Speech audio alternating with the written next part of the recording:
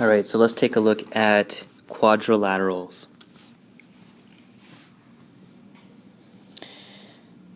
A quadrilateral, in the most general sense, is a polygon that has 4 sides and 4 vertices.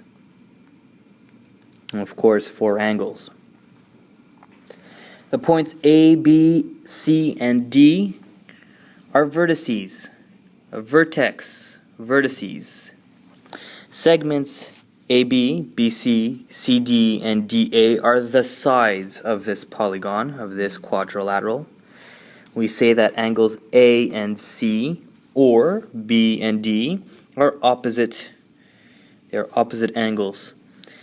And the angles, like the ones here, A and B, or C and D, are consecutive. They're consecutive because if you go in clockwise or in counterclockwise direction, they follow each other. So in counterclockwise direction, starting from A, the next angle is B. So A and B are consecutive angles. The segments AC and BD, which join non-consecutive angles, are the diagonals of the quadrilateral. And a very interesting fact about quadrilaterals is that if you add up all the angles inside the quadrilateral, you always end up with 360 degrees. Just like in a triangle, you always end up with 180 degrees. Here, we always end up with 360 degrees. So that was a very general definition of a quadrilateral. Let's see if there's any special quadrilaterals that have maybe more precise definitions. The trapezoid. What is a trapezoid? It's a quadrilateral, so it has 4 sides, 4 vertices, 4 angles. Quadrilateral. That has 2 opposite sides that are parallel to each other, and here I've indicated the parallel sides with little orange arrows, which indicate that those 2 sides are, of course, parallel. They will not intersect if you extend them. The angle A and the angle B are supplementary, which means if you add A to B, you end up with 180 degrees. This is the same for C and D.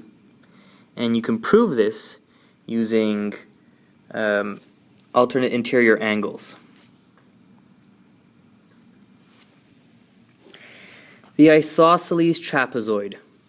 This is a trapezoid that has the non-parallel sides congruent to each other. The angles on the same base are also congruent to each other. That means the angle B is congruent to angle C, and the angle A is congruent to the angle D. Another important fact is that the diagonals AC and BD are also congruent, which means the same length. Right trapezoid. As you could imagine, the word right means 90 degrees. So a right trapezoid is a trapezoid that has a right angle. The parallelogram. A parallelogram is a quadrilateral in which opposite sides are parallel to each other. Here I indicate parallel sides with the orange arrows and the double red arrows. Opposite sides and angles are congruent. So not only are they parallel to each other, but the length of those sides are also equal to each other.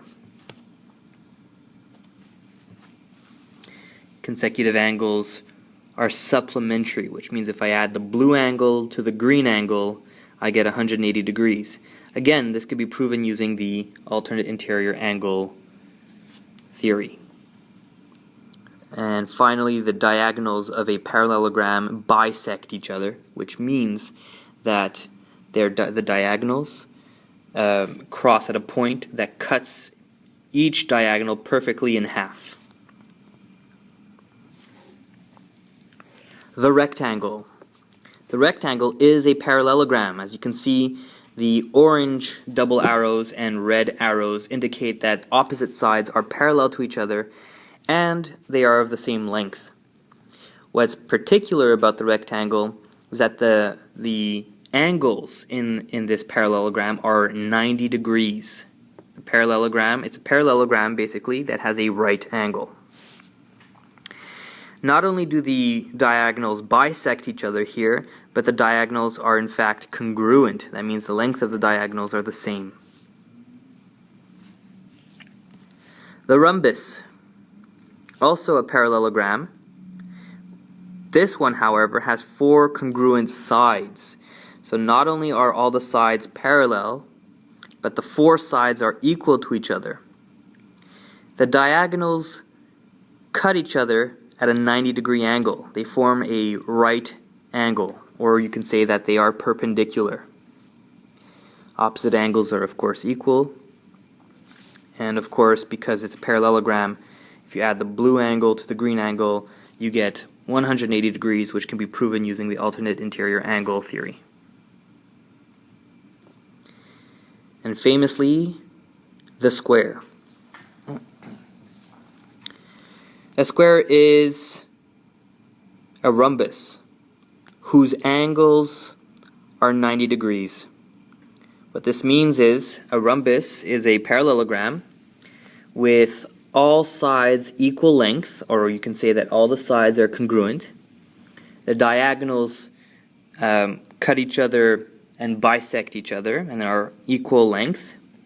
So it has all the same properties as a rhombus, except on top of having parallels, opposite sides, and bisecting diagonals, it also has 90-degree angles inside them. So it's like a rectangle with all the properties of a rhombus.